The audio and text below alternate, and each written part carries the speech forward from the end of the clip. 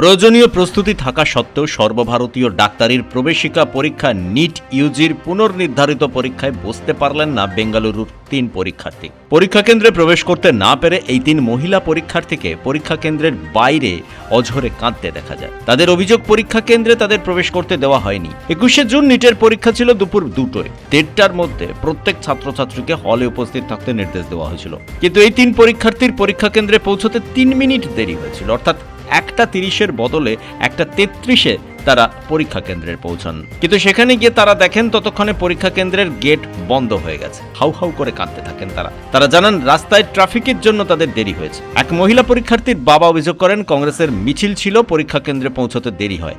যদিও পুলিশের তরফ থেকে জানানো হয়েছে ট্রাফিকে কোনো সমস্যা ছিল না। সিসিটিভি ফুটেজে দেখা গেছে বেঙ্গালুরুর এই 3 পরীক্ষার্থী 8টি নগরে নিজেদের বাড়ি থেকে বেরিয়েছিল দুপুর 12:57। 1:30টায় যেখানে সেন্টারে পৌঁছে যাওয়ার কথা সেখানে তারা পৌঁছেছে 1:33। ট্রাফিক পুলিশের তরফ থেকে জানানো হয়েছে 3 পরীক্ষার্থী সেদিন বাড়ি থেকে বেরিয়ে যে রাস্তা দিয়ে পরীক্ষা কেন্দ্রে পৌঁছেছেন সেটাও অনেকটা ঘুরপথ।